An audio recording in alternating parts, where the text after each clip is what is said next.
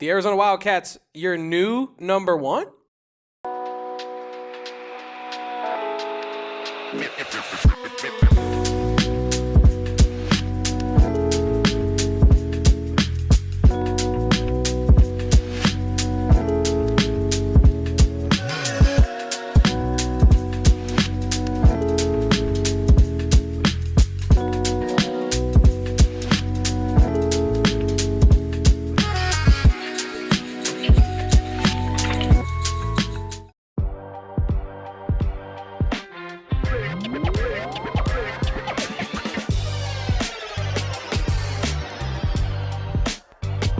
Welcome on into the AZ Wildcats podcast, coming to you live from Studio K, presented by our friends over at Circle K. I am Damon Fairall. He is Mr. Kevin Thomas, and we are the AZ Wildcats pod, of course, presented by our friends over at Branded Bills. Head on over to brandedbills.com, use promo code BBPHNX, and get 15% off your first order. Head on over to brandedbills.com. Check out that campus collection for yourself. You got to get some eyes on that one. But Arizona takes on Auburn tonight. Number 20 Auburn, I believe. Number 20 here. Probably should have that information ready on deck. Won't be 20 come Tuesday. Folks. But as Kevin alluded to off the top, Arizona Wildcats potentially vying for the number one overall spot in tomorrow's rankings or Monday's rankings. And that would be because Purdue got dog walked today by Iowa State earlier in the morning here. And now the Wildcats have a big opportunity to go out there and say, we have the best resume in the country, plant their flag in that, and do so by beating another ranked opponent, Kevin. Let's handle business. Let's get it done. Let's match the eye test to the record. Because we know what we've seen with this Arizona basketball team. This is the best team in America right now. Michigan, I will hear an argument. They are dog walking everybody that they play right now. I think they got another 30-plus point victory over Rutgers today or something like that. They are absolutely rolling. So we'll get into all that and more in a little bit. But I will say Arizona, with the Purdue loss, it puts you in a position where if you just handle business, you still have the best resume in the country and you only add another scalp to it. I'm pumped. Big opportunity for Arizona. Just as big of an opportunity as it is for Arizona, it's an even bigger opportunity for Auburn. And I guess we maybe talk about this right now off the top before we get to our shots fired presented by Three Amigos. Auburn, this is a big opportunity for them, right? They started out rough, overtime game against Bethune-Cookman, which is a decent opponent. No disrespect to Bethune, future Arizona opponent this year, right? Don't want to talk too crazy about a future opponent. But that's not a team you really need to be going into overtime against if you're an SEC squad, the caliber and the talent of Auburn. But with Steve Pearl, the first-year head coach there, after Bruce Pearl's departure, sudden change for that program, they've kind of rounded into shape. They've also been dealing with some injuries to some key players. Keyshawn Hall is still kind of working back. He's been playing really well against NC State, for example, but he still is dealing with that foot ankle injury. You got a couple lower back issues on this team. Steve Pearl still talking about Keyshawn Murphy, their center, dealing with some ailment of some sort. They had some sort of illness go through the locker room over the last week. So, yeah, they're not at their healthiest. They're not at their best from a basketball standpoint right now. They're playing a lot better than they were a couple weeks ago.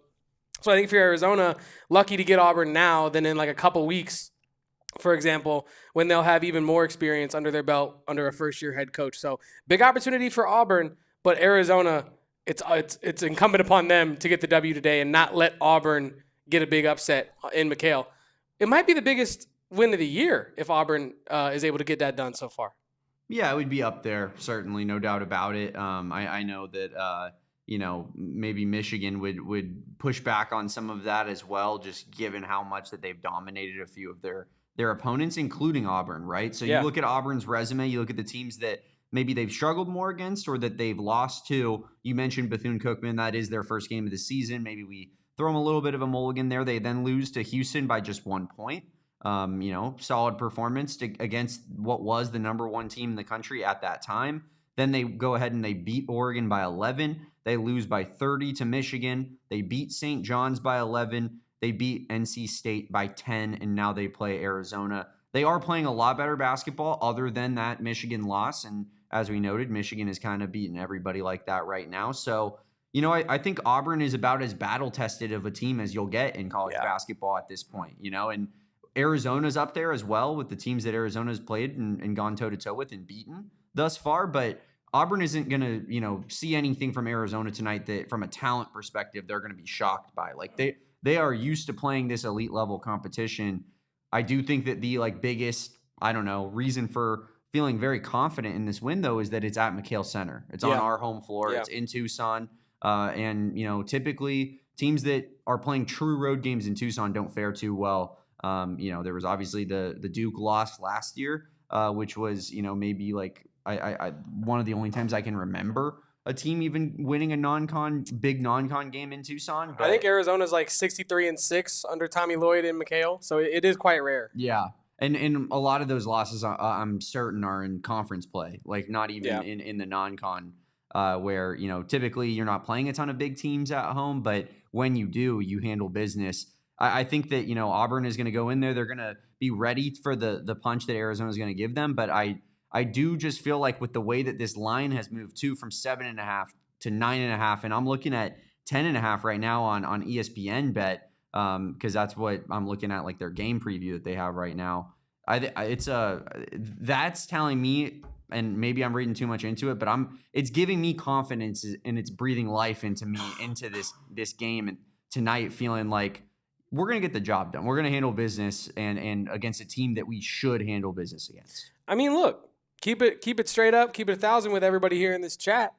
This is an incredibly uphill battle for Auburn, and it is a game in which Arizona should be able to handle business if they're the caliber of team that we think that they are. Yeah. Right? This is an Auburn team that is coming into McKale, and everything that Auburn does well, Arizona might just do it better, maybe outside of elite shot making, right? They do have Keyshawn Hall, Tahaad, Pettiford, who down the stretch, they are going to be tough to stop, but Arizona is combating that, countering that with Peat and Jaden Bradley, right? So I don't really know in what, way you're breaking the game down that someone could come to the conclusion that Auburn should, be the one that on paper gets this job done. It feels like, and I was, listening to a bunch of previews, and that is my, my suspicion was confirmed by the people that were also previewing this game, Damon, is that if Auburn's going to get this job done, they're going to have one of their hotter shooting nights so far of the entire season. Right now, they're capable of doing that.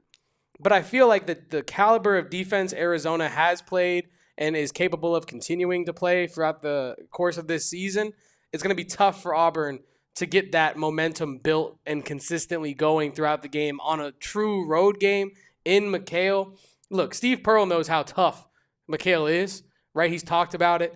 He was asked by Locked On Auburn last night, I think, about just how much this game could help them later on in the season. And he goes, look, and he outlined what Damon outlined, their prior resume up to this point, and said, if we get the job done in Tucson tonight, that there's no other environment in the country that we can say, oh, we have not faced something like that, right? And I think it backs up your point, Damon, that Auburn is, while incredibly battle-tested, still yet the inferior team on paper tonight, and Arizona should be able to get the job done. And we should be able to get some shots up with our friends over at Three Amigos Tequila with some shots fired. Pew, pew, pew. Thank you to Three Amigos Tequila for sponsoring this edition of Shots Fired. Was that a little Jonathan Gannon? Oh, no. Did you just do the pew, pew, pew explosives? No. See, it's only Jonathan Gannon if you go pew, pew, pew, and then follow it with explosions. Shots fired. But if you're just going pew, pew, pew, you're just shooting shots, and that's okay. Sure. But this beautiful shot glass with our friends over at Three Amigos, I shall go first, Damon. I will let you brew. I will let you cook up your shot. My shot here is not a personal shot, but it's just a shot. We're here with Shots Fired, and not every shot that you put down is some monumentous celebration, right? Every shot with Three Amigos is delicious. But this one is, got a little less venom on it. Tahaad Pettiford, right? Could have went to the draft. Maybe wasn't good enough for the draft. Came back, was lauded as an elite point guard, and he is. He's a very elite. He's a very good point guard in the college basketball ranks. But Arizona has a guy from Rochester, New York, by the name of Jaden Bradley. And if Mr. Tahaad Pettiford thinks he's going to get going in McKale, in Jaden Bradley's house, and JB's not going to have anything to say about it, I do not think that's going to be the case. I think that Jaden Bradley makes it incredibly hard for Tahaad Pettiford to do what he does best, and that is make really tough shots, and that is run the Auburn offense really damn well. I think he makes it really hard on Kevin Overton when he gets switched on to him, and I think Jaden Bradley will take down Tahaad Pettiford and Auburn tonight. My shots fired is at Tahaad Pettiford. You, my friend, are overrated. Wow. So much hate and vitriol behind Kevin's words there. You can really feel it through the screen, I'm sure, at home. I almost went at Stephen Pearl for nepotism, but I didn't. Pure hatred. See, that would have been funny. I think here's what we can say, Kevin. Jaden Bradley so far this season has been the verbal meme of the Grim Reaper knocking down door after door after door, whether it's Zabian Lee and Boogie Fland, whether it's, freaking solo ball flopping after every shot, whether it's Donovan Dent being called the best point guard in America, only to put up an absolute stinker anytime he faces a competition with a pulse. Jaden Bradley owns all of them.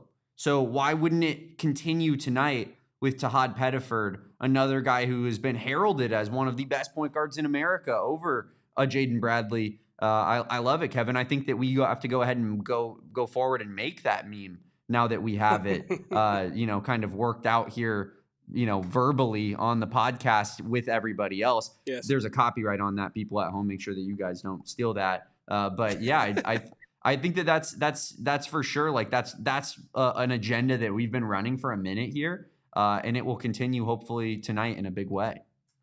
And I do want to shout out everybody that is tuning in right now to preview this game with us in the chat, specifically Carl Schroeder, who I just tagged. Now, Carl, you made a statement a couple shows ago when you tapped in. You might be thinking, oh, what did I say in this chat? You said you will not become a Supporters Club member until what?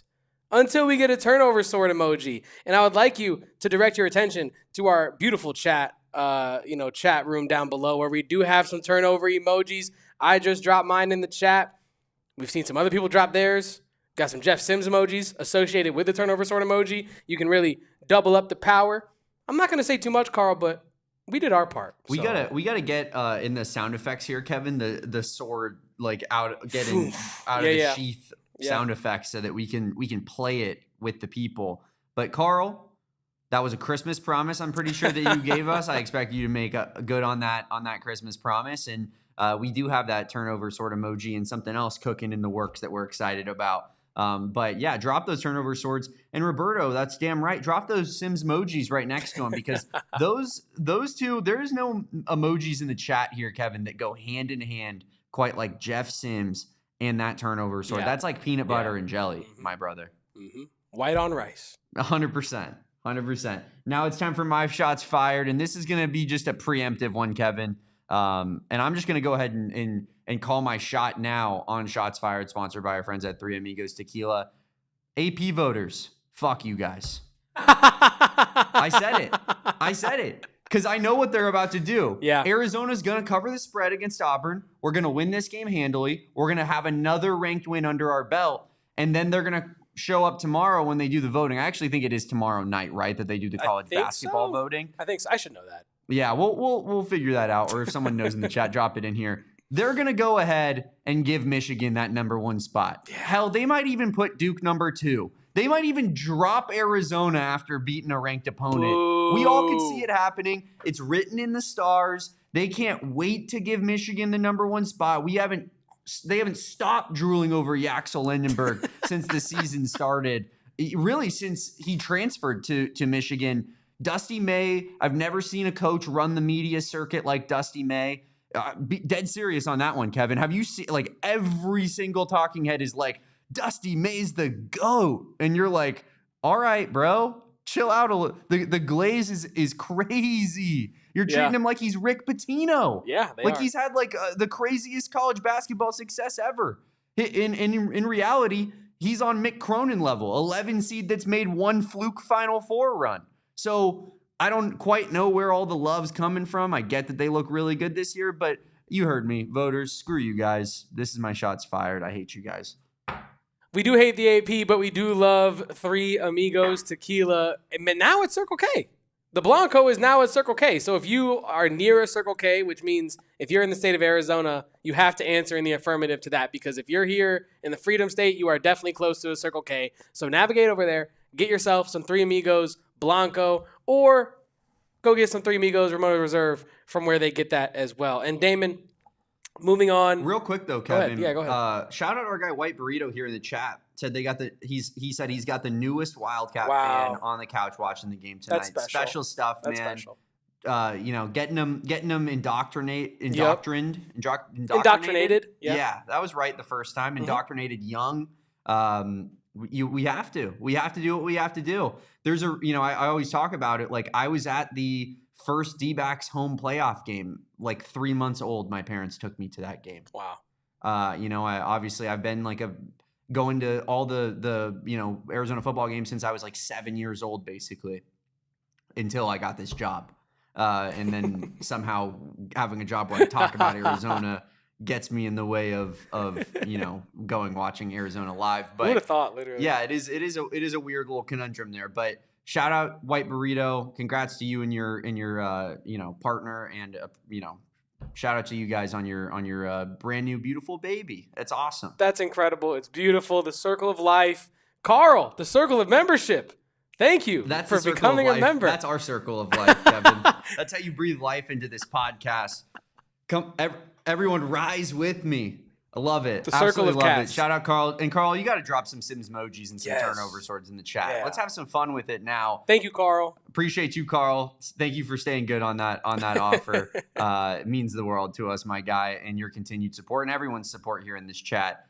Thank you guys. But let's move on, Kevin. Let's get into your keys of the game. Let's get into my keys. What are the things that Arizona needs to do or avoid doing to beat Auburn tonight, Kevin? Yeah, in terms of things they need to do, I have 3 things, and barring some misunderstanding or confusion that we've had in the past, these are not the only things that Arizona needs to do to get the W tonight, but there are 3 things that they definitely need to do, in my opinion. Key number 1, interior dominance. Auburn is a team that's strong on the offensive boards, weak on the defensive boards, and Arizona is strong on both sides of the ball, rebounding it. And I think in this matchup, where Auburn cannot match your size, they cannot match your physicality, you have to get the much better of them on the boards. Not just get better of them, the much better of them. I've never heard that said before, but you have to do that. You have to get a real, genuine rebounding advantage, maybe even a block shots advantage, but not like statistically. But you get what I'm saying. You have to have paint presence. You have to pack the paint, which is, I believe,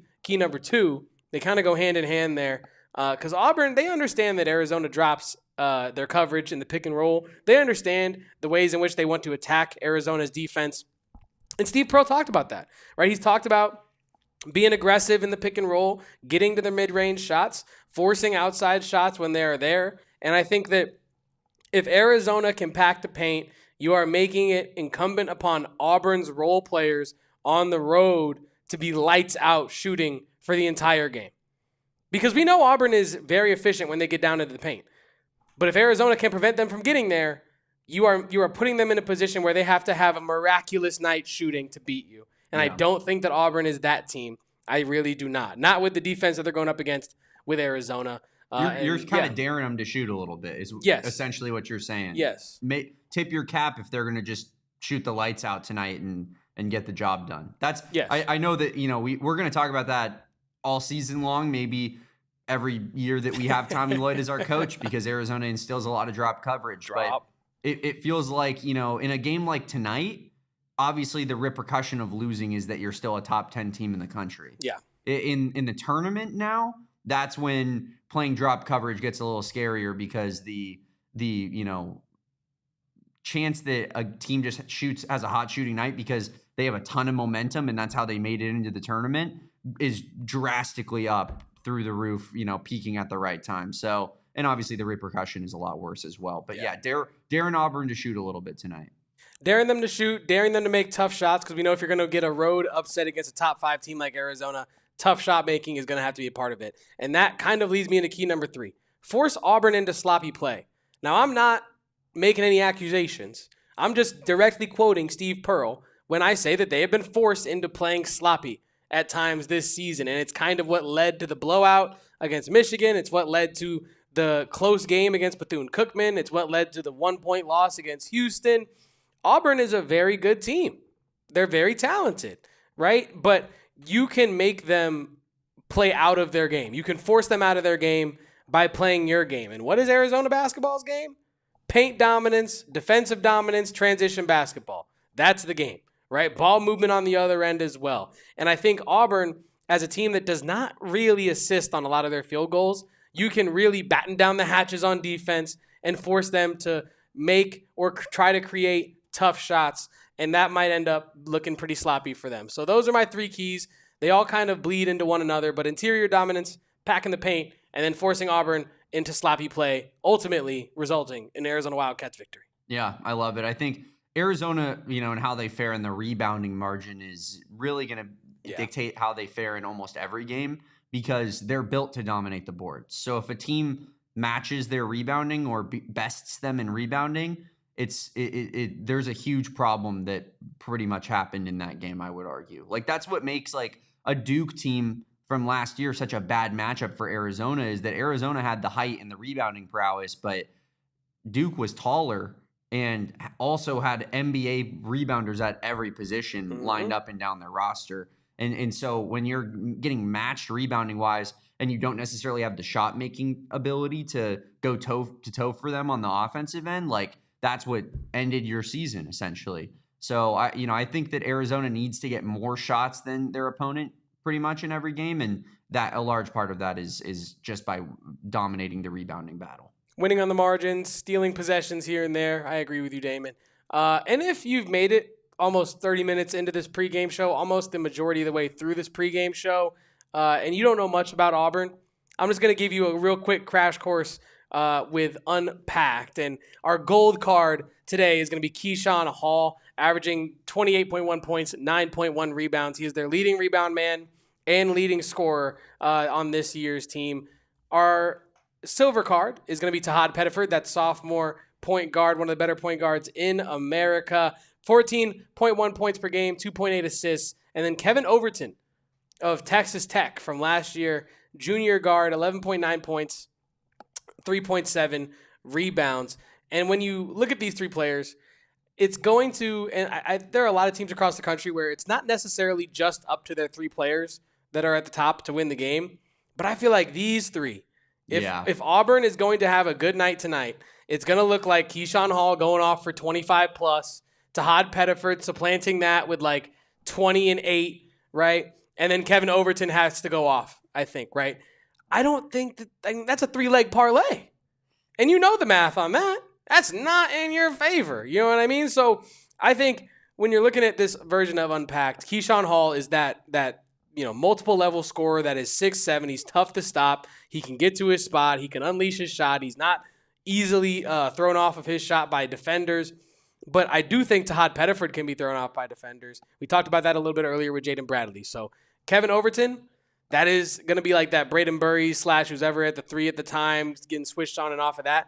Really interested to see how he gets defended tonight because of so much attention going towards Hall and Pettiford. I wonder how Tommy Lloyd defends Kevin Overton. But if you don't know much about Auburn, those are the 3 guys you really got to watch out for.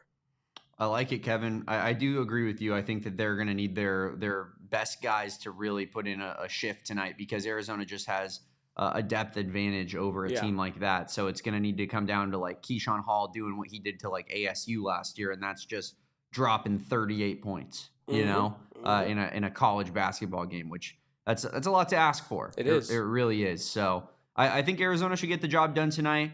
That's why in my score prediction, Kevin, I predicted the Cats to cover the spread. Let's go ahead and check out our score predictions. 84-73. I even put down a bet on it, Kevin. Wow. As you know, you said I sounded more confident than anyone's ever sounded picking a basketball score when I said it to you. So I figured, you know what? Screw it. Let's put an 84-73 bet down, correct score bet, and then you're going 76-68 Wildcats. Yeah, Arizona gets the W on both of our scorecards here, Damon. I feel like I wanted to say Arizona pushes 90 in this one. I want my gut was like 89 to 76, for example. But I just feel like these are 2 really tough teams. And I think when it comes down to it, we know Arizona too well. We know ourselves, right? Arizona's going to have a moment in this game where Auburn has punched them and they have like a 2.5-minute scoring drought. Auburn gets whatever Arizona's lead is down from, 6 to wherever it was. And then this game gets a lot closer. It gets a lot tighter than maybe it should be. And we know Arizona's elite on defense when they're playing on all cylinders. So I don't think it's going to be easy for Auburn to run up the score and push like 80, 90 points when you got Kobe Awaka, Mo Krivas, Koa Peat defending the paint on that end. I think Arizona makes this a slower game than it needs to be, and they get the dub 76-68 at home. I like it. Big I think dubs. Arizona gets the job done tonight, and I am excited to watch some Arizona Wildcats basketball because we missed the Cats, man. It's been way too long. It has. And, of course, after this one, we have another week-long break until our next game versus Alabama. We'll bring you pregame and postgame coverage for that. In the meantime, we got postgame coverage for tonight's game right after the clock hits 0 and that final buzzer sounds. So Kevin and I are going to be doing a postgame show. What's up? Do we need to do a postgame for volleyball?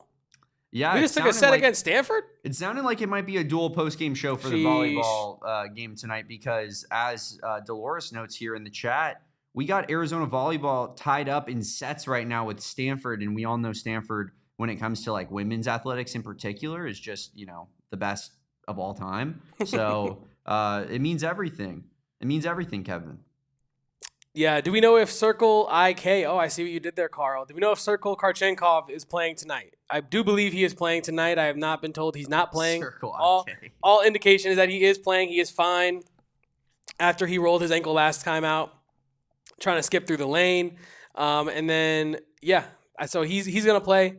Whether or not he is 100%, I am not sure, but he's good enough to go, and that is good enough for me. Drop your predictions in the chat. I know some people were doing that as well. Make sure to leave a like here on this pregame show. Damon and I, like you said, Damon, will be live probably 10 minutes after Arizona and Auburn wrap up this game. Do we have any final thoughts? No final thoughts other than before we get out of here, it's seemingly been confirmed, Kevin, that Arizona will be playing in the Holiday Bowl. For anyone that's interested, Brett McMurphy reports this morning that Arizona is essentially locked into the Holiday Bowl with an ACC opponent on the horizon here, undecided on who the opponent's going to be. ASU in the Sun Bowl. El Paso is Sun Devil country. This has been established, Kevin. It's definitely Totri country. They play in the Sun Bowl basically every damn year that they get a bowl game. And then they want to tell us that they're like a special football program. It's pretty great. But, and then USC, I believe, in the Alamo Bowl. And then with today's loss, it looks like BYU is going to get the Pop-Tart Bowl. Utah's going to get the Vegas Bowl. So a little bit of bowl game updates for you. Seems like San Diego is a go. So people, go. We can get our San Diego tickets booked immediately. Did you see Mo Paina? What's up? Our guy Mo Paina on Twitter. Did you see him? Mm-mm. Like maybe a day and a half, 2 days ago. He just went and bought tickets to the Holiday Bowl. Oh, yeah, I actually did see that. He was like, I'm calling my shot. We're going to the Holiday Bowl. Yeah, it wasn't exactly a hot take. It was what seemed like what was going to happen. No, but yeah. Kevin and I will be out there. We hope that we can meet a lot of you folks out there as well. It should be a great time getting into San Diego. And like I said, I mean, you got to feel for the ASU folks going to a border town like El Paso. We know how scary that can be for those people.